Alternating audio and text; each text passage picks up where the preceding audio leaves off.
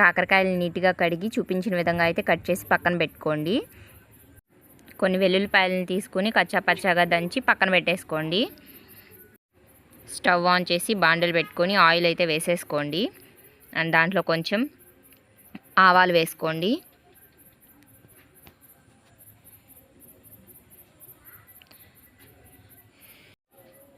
So ఆవాలు వేగిన తర్వాత మనం ముందుగా దంచి పెట్టుకున్న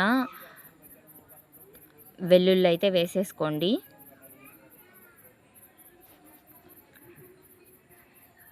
సో మాడిపోకముందే మనము కట్ చేసి పెట్టుకున్న కాకరకాయలు అయితే వేసేసుకోండి. మీరు కనుక నా ఛానల్ని ఫస్ట్ టైం చూస్తున్నట్లయితే సబ్స్క్రైబ్ చేసుకోవడం మాత్రం అస్సలు మర్చిపోకండి. పక్కనే ఉన్న బెల్ ఐకాన్ని క్లిక్ చేయండి, ఆల్ అనే బటన్ని ప్రెస్ చేయండి. నేను ఏదైనా కొత్త వీడియోస్ అప్లోడ్ చేసినప్పుడు మీకు వెంటనే నోటిఫికేషన్ అనేది వస్తుంది. సో మీరు మిస్ అవ్వకుండా వీడియోస్ అని చూసేయచ్చు అనమాట. సో అలా కాకరకాయ వేసేసుకున్న తర్వాత గరిటతో అయితే కలిపేసుకోండి.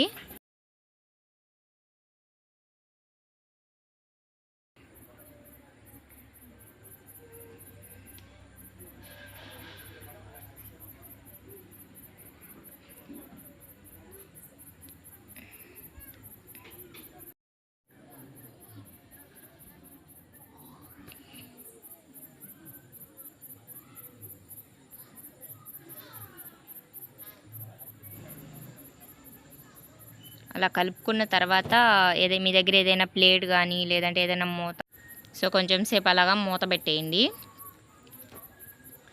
మగ్గుతుందన్నమాట బాగా. 2-3 మినిట్స్కి ఒకసారి అలాగా మూత తీసి మళ్ళీ ఒకసారి కలిపేసుకొని మళ్ళీ మూత పెట్టేసుకోండి.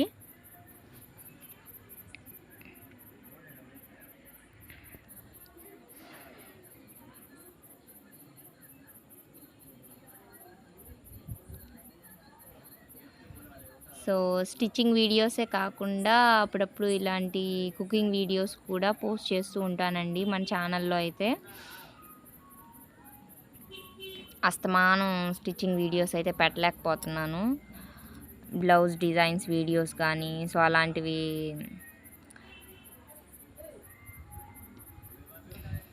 అందుకని ఎటు వంట చేస్తున్నాను కదా అని చెప్పి ఇంకా ఈ వీడియో అయితే మీతో షేర్ చేసుకుంటున్నాను.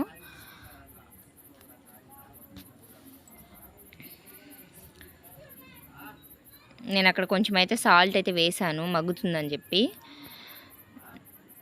మళ్ళీ సాల్ట్ వేసేసుకున్న తర్వాత ఒకసారి కలిపేసుకొని మళ్ళీ మూత పెట్టేసి కొంచెం సేపు అలాగే ఉంచేయండి.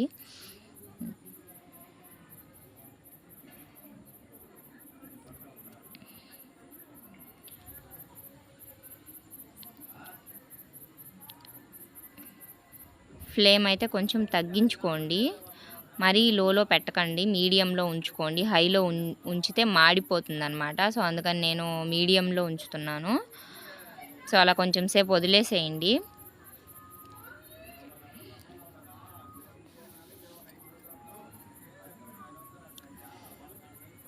టూ 3 మినిట్స్కి ఒకసారి మళ్ళీ కలుపుకుంటూ ఉండండి, లేకపోతే మాడిపోతుంది. నేను కొంచెం కరివేపాకు వేసేస్తున్నాను. ఇప్పుడు వేస్తే కొంచెం ఫ్లేవర్ బాగా తెలుస్తుంది, అందుకని ఇప్పుడు వేసాను అనమాట. ఇంకా లాస్ట్లో వేసుకుంటే ఏమంతగా అనిపించదు.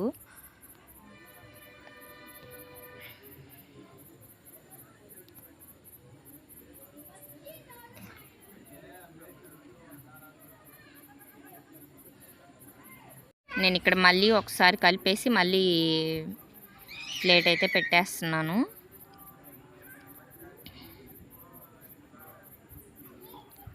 మళ్ళీ ఒక 2-3 మినిట్స్ తర్వాత మళ్ళీ ప్లేట్ తీసి మళ్ళీ ఇంకోసారి కలుపుకోండి. నేను ఇక్కడ పసుపు అయితే వేస్తున్నాను కొంచెం.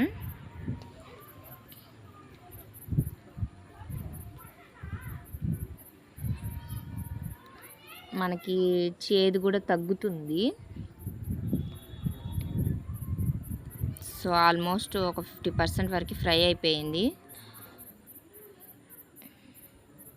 సో మళ్ళీ ఒకసారి కలిపేసుకొని మూత అయితే పెట్టేసుకోండి.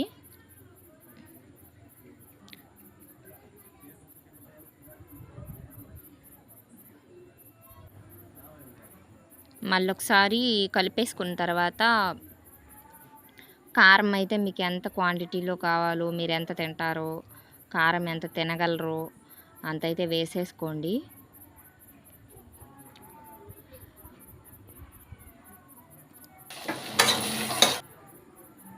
కారం వేసేసుకున్న తర్వాత ఒకసారి అయితే మిక్స్ చేసేసుకోండి.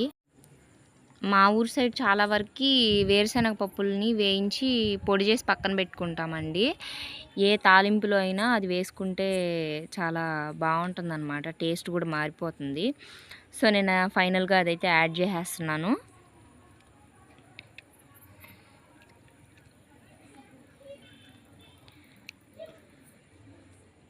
అది వేసేసిన తర్వాత మళ్ళీ కలిపేసుకోండి. నేను ఇక్కడ ఫైనల్గా సాల్ట్ అయితే యాడ్ చేసుకుంటున్నాను కొంచెం. తర్వాత ఒకసారి కలిపేసుకొని పక్కన పెట్టేసుకోండి. ఇంకంతే అండి. ఈ వీడియో కనుక మీకు నచ్చినట్లయితే లైక్ చేయండి. Thanks for watching. Bye bye.